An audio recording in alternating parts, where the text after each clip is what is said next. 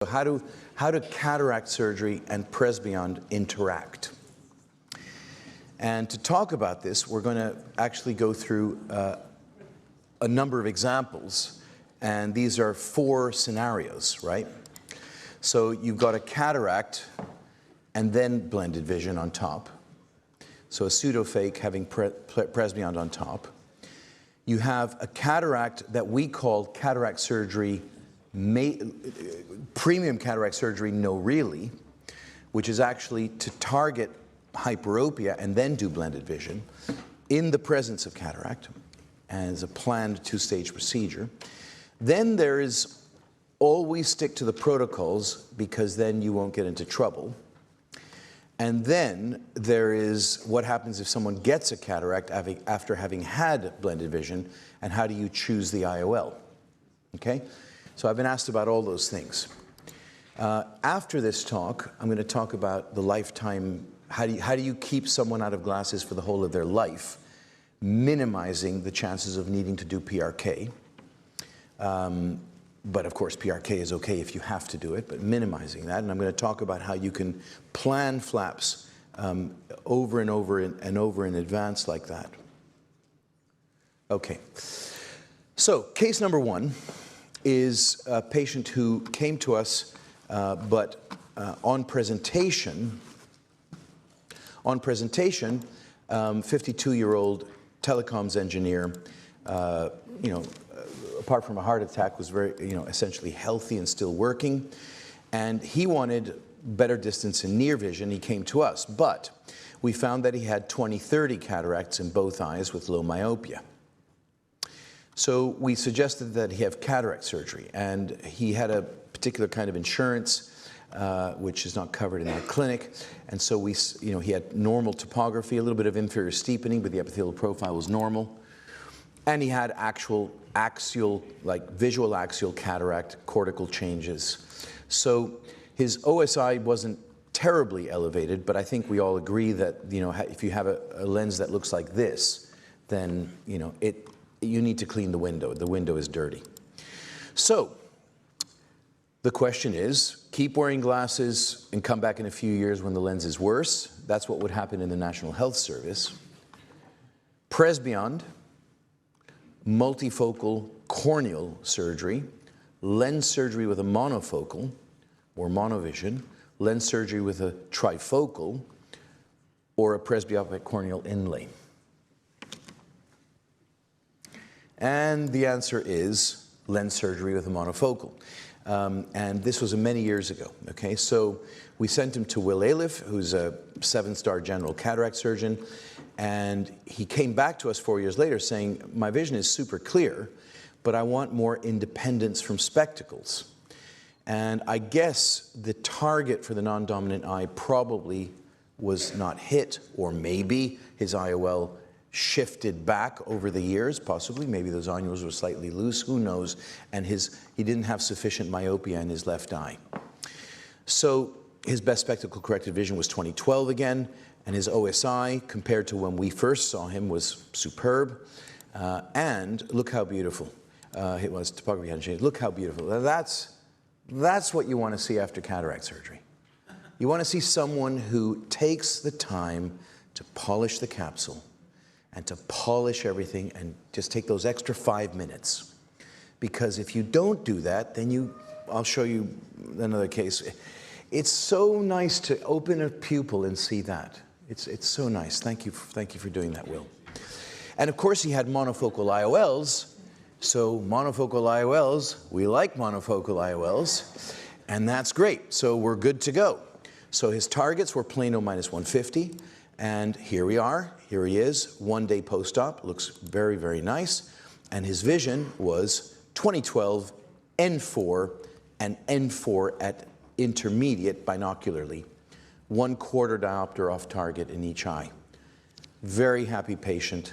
This was done, this is 3 months after the PRESBYOND on top. So pseudophakia, all of the patients you did cataract surgery on that you put monofocals in, you can call them again and say, you can come back, we have a procedure that can get you out of glasses. and his topography obviously looks normal, and from his perspective, he can see super far, he can drive at night, he has no issues whatsoever, but he's still, because he's a telecoms guy, so he does all these like little wires everywhere, and he admits that he still puts on +1s to get some magnification when he's doing the really small work. So case number 2 is what we call premium cataract surgery, comma, no really. Because bizarrely, premium lenses are premium priced, but they're not premium visual quality. So there's a bit of like, it's not quite right. And so when we say premium cataract surgery, no really, we mean, yes, it's premium price, but also it's premium visual quality. And so the plan here, for example, in this 68-year-old male, he's a jazz musician, he's a pianist, good health. He came into me thinking that he was going to get PRESBYOND, because I've operated on a lot of his colleagues around the world, and he only ever wore single distance vision glasses. He took his glasses off to read, and he's had glasses since 1957.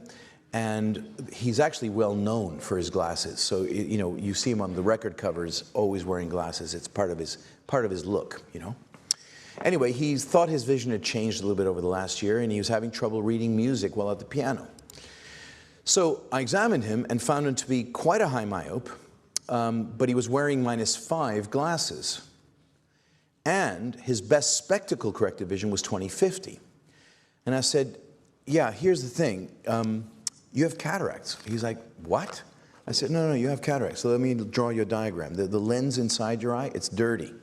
So even with glasses, you're not at the driving standard. And he was like, I drive fine all the time. I go, but not at night. He goes, yeah, no problem. I'm like, yeah, but it's illegal. He's like, I had done a lot of illegal things in my career. It's like, so way worse than that. Anyway,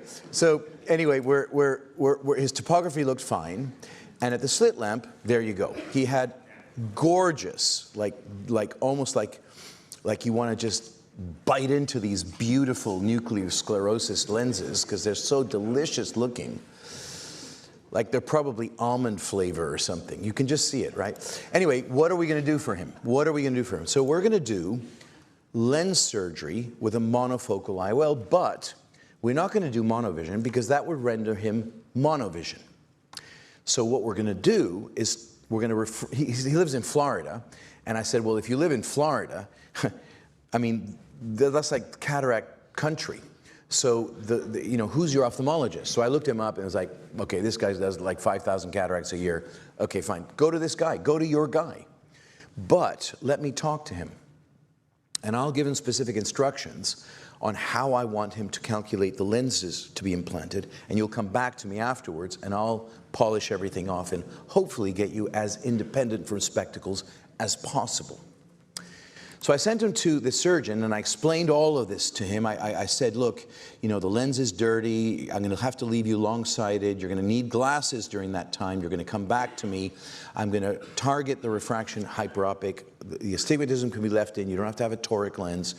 And I will then go into lots of you know, explanation and documentation. The guy, when I spoke to the guy on the phone in Florida, Clearwater, he was like, what? You want me to target what? -2? No, +2. I need you to do +125 in the right eye, and I need you to do, in the left eye, and I need you to do +225 in the left eye. He's like, plus? I'm like, yeah. He goes, all right, whatever you say. And I sent him the papers and whatever. He wasn't too interested. Anyway, he sent him back and to me. I mean, the guy came back and said, okay, I'm ready. So he came back actually a little bit more plus than I intended. But anyway, his dominant eye had a little bit of drusen, and that's why he has 20/25 in that eye. But his media were completely clear. As you know, his corneas looked great, and didn't exactly spend the extra 5 minutes that I was requesting on the capsule in the back of the front. So again, you know, it's funny, but it's like a sort of pride thing, right? If you send this kind of work out and someone else looks at it, you're thinking, what a lazy bastard. Whereas if you get the other guy, like Will Aliff, and he comes back looking like it's just like, oh, it's so beautiful. I can smell it. It even smells like roses. Anyway, there we are, and he was +2, and we targeted Plano, and I targeted -1.625. Why? Because a pianist needs particularly strong intermediate vision, because piano music is just a little over 66 centimeters from the thing. But he wants to see out the window, he wants to read a book, and he wants to recognize people in the audience. So, and he drives at night. So anyway, that was the target. This is what he looked like post-op day 1. And this was his visit to me 8 months post-op. As you can see, 20/25, his best spectacle corrected vision achieved, +1/4, and a little under-corrected, unfortunately, -1.375. But his vision was N4, the J2 at intermediate, J2 at near, and 20/25 at distance. So he was ecstatic and spectacle-free. And obviously his corneas look great, and his topography. Now, this is PRESBYOND in hyperopia. Look how huge these optical zones are, right? So the MEL up to +7 in a 7mm zone gives you these gorgeous, huge optical zones, which is why the spherical aberration is controlled perfectly, and it's smack on the visual axis. Smack on the visual axis. And this patient is Chick Corea. Who knows who Chick Corea is? All right, 4 people. So I always call, these are my favorite musicians, John McLaughlin, Ron Carter, all of these super famous jazz musicians. And I call them my most famous VIP patients that no one's heard of. Because it's an underworld, the world of jazz. And if you're not into jazz, these people are nobody. But if you know who they are, you realize that they're some of the most intellectually adept artists on the planet. These people improvise music. I mean, those of you who are coming tonight, off the top of their heads, and with complexity and beauty and humor, and it's just incredible what these guys do. Anyhow, so Chick Corea, and he said everything's perfect and I can see everything. And this was during COVID. He started teaching free online. And I just captured this from his from one of the lessons that he was giving. And I want to just look at how he's looking at things and what he can see. Piece of music. And he wrote some left-hand notes as well. It was a song called Again, and it goes.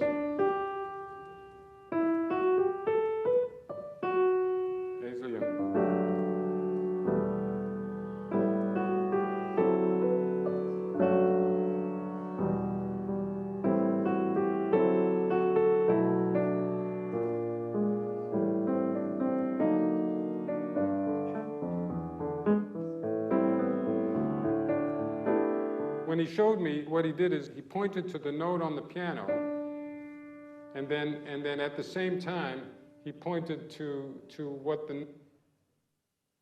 Okay, so he's looking distance, near. He can see his fingers. I mean, you know, total independence of spectacles with pseudophakia. Okay, so when I say to a patient, yes, it's going to cost you pretty much double, because you have to have cataract surgery in each eye. And then you have to have LASIK in each eye. So it is very expensive, but the quality of vision is the best we can get. And it's the best chance you have of being spectacle-free with high-quality vision. When you talk about it like that, and it's possibly one of the last operations you'll need, especially if you do it on a 72-year-old, there ain't a lot more change probably on the cornea that's going to occur. So, and it's adjustable if it does.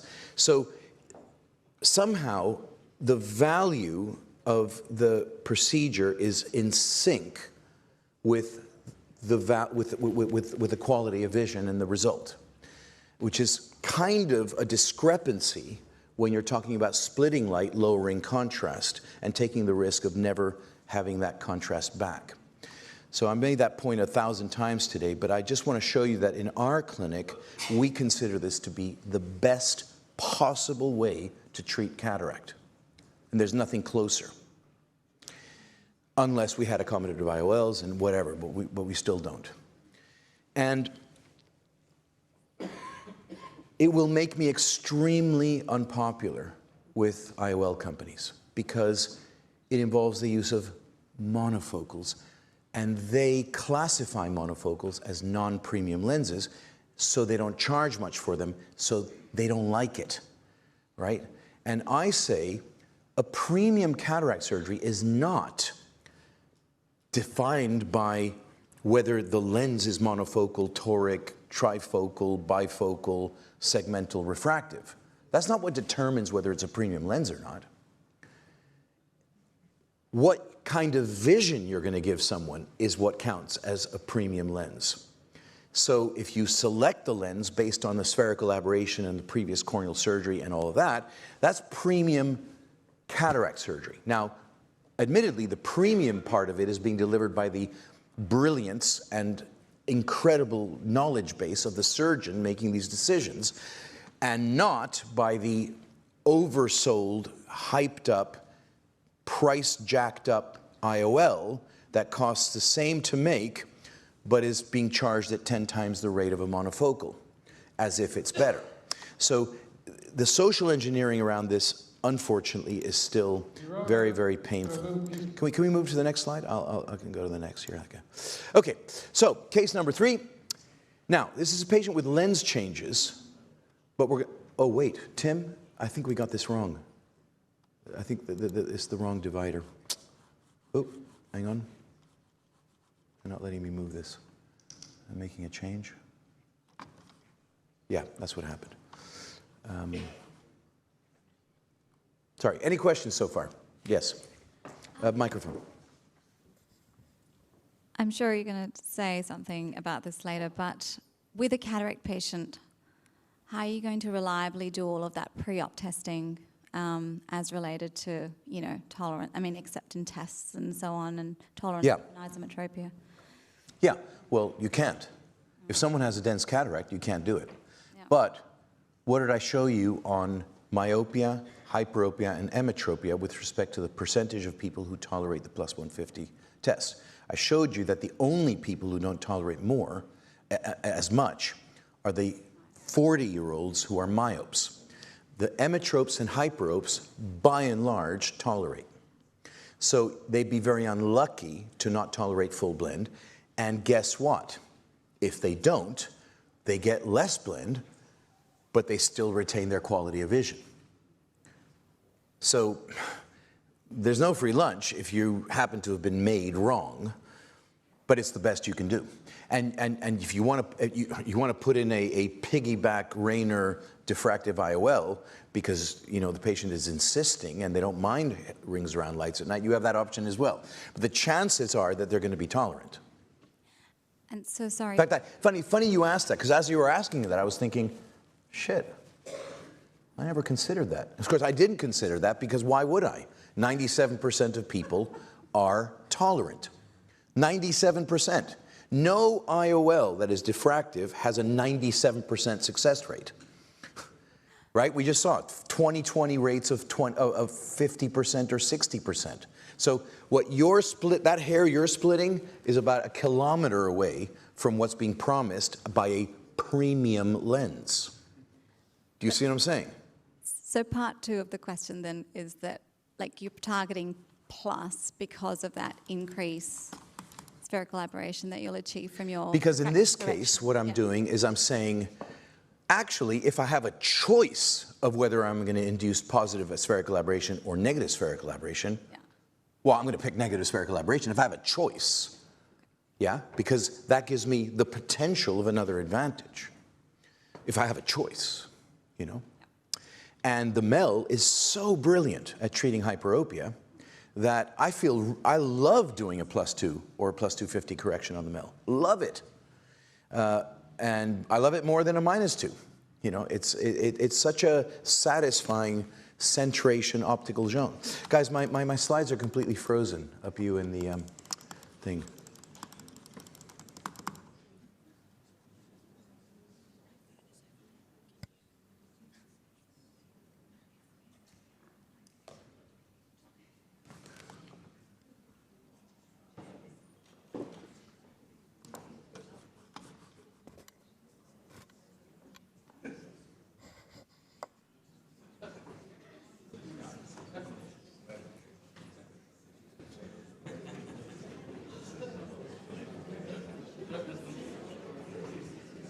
Case 3.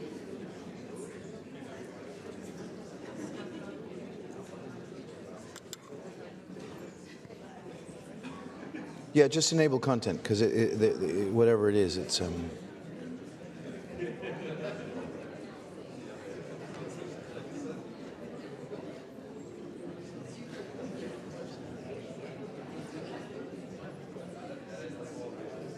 Tim, I think they're looking at the wrong copy.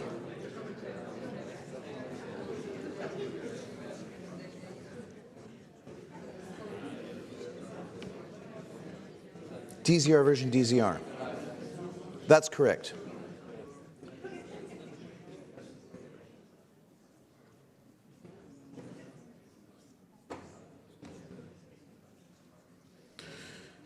All right, any other questions? Because they're really struggling here.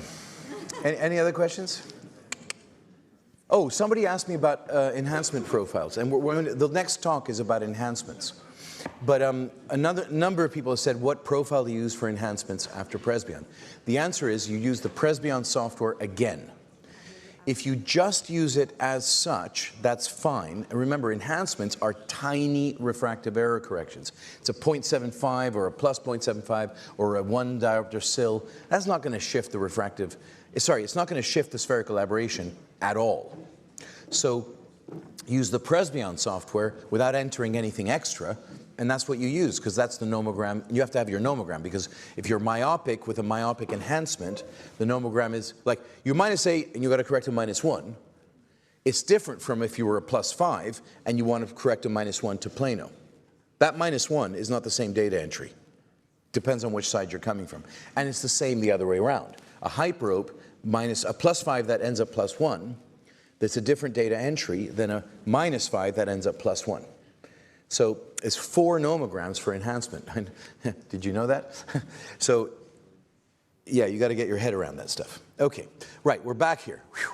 Okay, glad I stuck to the London Vision Clinic's protocols for presbyopia in the absence of cataract. Case.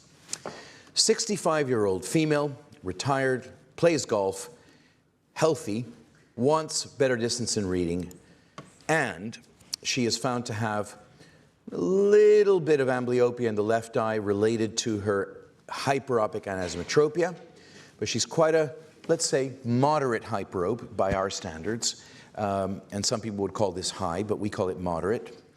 And so what do we offer her, right? Because first of all, we got to make sure that we know why that 20/25 is there, and we look at the orb scan. This is 15 years ago, so we got orb scan, an atlas, a very old atlas, and her keratometry, so we can calculate the predicted, and her corneal thickness. So she had plenty of corneal thickness, and this is what her lenses looked like. So the question is, if this lens is 20/20 -1, is this lens 20/25 +2?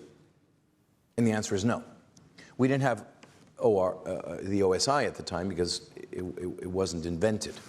So average lens for a 60-year-old, probably stage 2, maybe stage 3 dysfunctional lens syndrome, as it would be called by some, and everyone would do lens surgery on this patient. Everyone, right? You agree? I mean, basically everyone. I mean, if you're in the States, you're like, you know, can we have a credit card? Yeah, okay. Okay, we'll do it tomorrow. Okay. So what did I do? I didn't do that because I have a protocol that says that if you don't have lens changes, you don't have a cataract. And I'm not going to discriminate because you're old. Wait a minute, I'm 60. Hang on a second, that was weird. Isn't that funny? That's weird. Okay, so what did I do? I did PRESBYOND. I did PRESBYOND. Now you're all thinking, Ah, Jesus, when you're a hammer, everything looks like a nail. That's what you're thinking, right? That's what you're thinking. Good, good, good. I'm glad you're thinking that. So what I had to do was I wanted to target -175 in this eye. She was basically wanted to see her golf cart, and she wanted to see the distance. So I ended up treating +550 -0.5 in this eye, and I've got a lot of history on her because we followed her for all these years. Her predicted keratometry, and here it is. So after I finished with her, she was at 1 year post-op, 20/20 -2 J2. Very, very happy lady. And we saw her over the years and continuing followed her, and 10 years later, she had changed to 20/30, still driving standard, J6, still better than newsprint. So this is a good result that would have been achieved 10 years before with a restore resume. It would have been an amazing result if she had had restore resume back then. And what's interesting is that her manifest refraction changed by 1/4 in the left eye. That's the eye that had +525. And her manifest refraction changed by 0.125 in the other eye. So actually her manifest refraction practically didn't change over 10 years. And I know that we talked earlier about people saying that you can't do hyperopia because it regresses. And I say, yes, you can. It doesn't regress. What happens is that you don't push the plus initially, and the plus shows up later. So learn the exact refraction protocol and take your time when pushing plus out of even presbyopic patients. So what's interesting about our CDVA is that it stayed 20/20, but then went to 20/25 in this eye. And actually at 1 year, it looked like she gained a letter or two, but then she dropped back to the pre-op levels, and then when she came in at 10 years, she dropped another line. Okay, so this is actually 1.5 lines, actually. And so here the question is, oh, by the way, in the Ks, there was only half a diopter flattening over that 10-year period. So there is, you could say, no regression. I mean, it's a half diopter, right? So here's the question. Is this a 20/30 cornea? No, it's a beautiful, huge optical zone, beautifully centered on the visual axis in both eyes. Is this a 20/30 lens? No, it's not. Is this a 20/30 retina? Yes. So,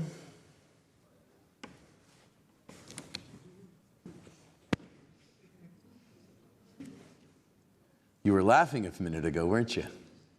That I was just a hammer and I just put nails in all the time with the same thing.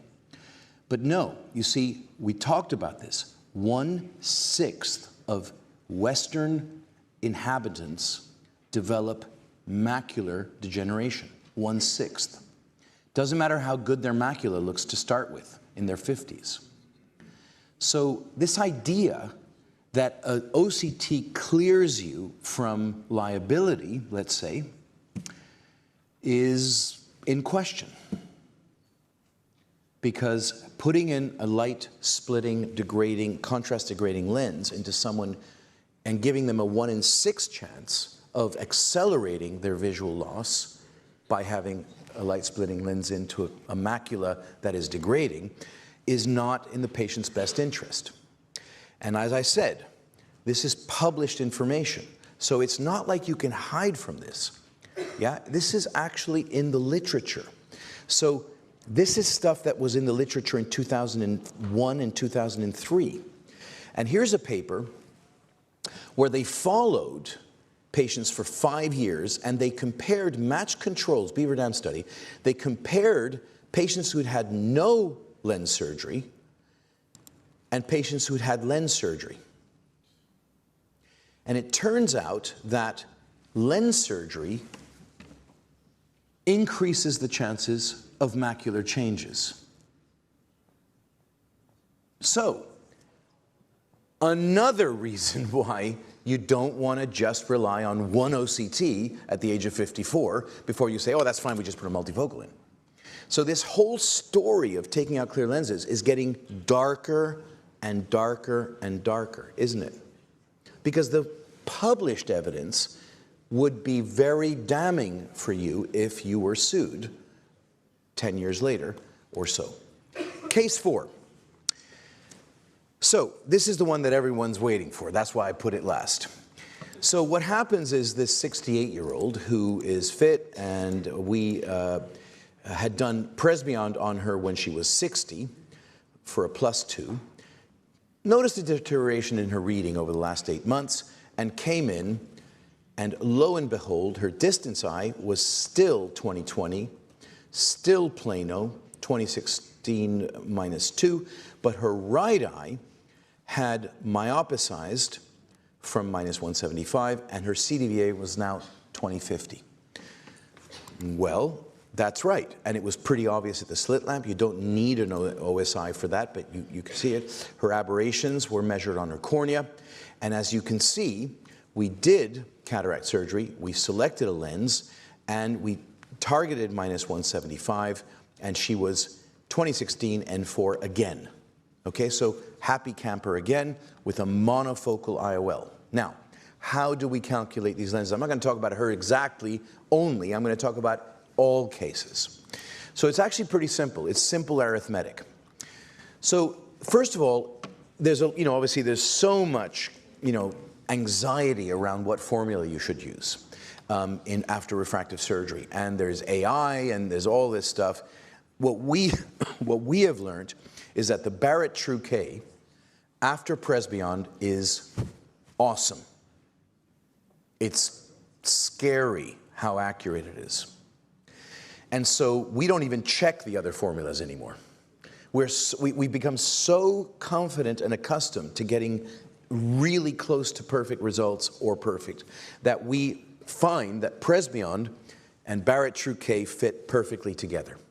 And remember, Barrett True K knows whether it was hyperopic or myopic pre-op, so it knows that stuff. So it kind of works it out for you with the spherical aberration, and it kind of knows how much spherical aberration would be induced and how much sphere that shifts. So I don't know what's in it. No one says, and he doesn't say, but it's obviously got all that in it. We know about toxic versus therapeutic levels, and so we know that we've got spherical aberration on the cornea. So the question now is, what are we going to do with the lens? Now, we use the Osiris, which is by far, by a factor of 40, the highest resolution wavefront sensor in the world. And the point here is you get the whole eye wavefront with the Osiris. The Osiris then, with your MS-39 linked into the same software, will allow you to calculate what the corneal aberration is and what the lens aberrations would be depending on what lens you put in. So in this example, you've got here a spherical aberration of 0.71 plus 0.71, so maybe it was a -7 correction. And we want to pick a lens now that will help push the final spherical aberration onto the therapeutic zone, right? So let's say, why not a -0.18 spherical aberration lens? Because if you add that, you pull the spherical aberration into the therapeutic zone. Here, maybe slightly toxic, maybe, who knows, but at least better off slightly lower, still quite high. Here's another example where the spherical aberration is only 0.2. And so, actually, rather than putting in a -0.18 and making the spherical aberration 0, that's the wrong lens. What we're going to do now is we're going to say, oh, we're at 0.2, let's pop a 0.14 in and make it 0.34. Okay? And so that makes sense, right? We're more into the therapeutic range. And so from the Zeiss range, which is what we use, we use the MV as well from Rayner. But for the Zeiss range, these are the numbers. Now, they're not exact, and I'll explain why in a second. But in general, the positive spherical aberration lenses, the Spheris and the Lucia, 2020. Why do they call it these weird numbers? 2021P.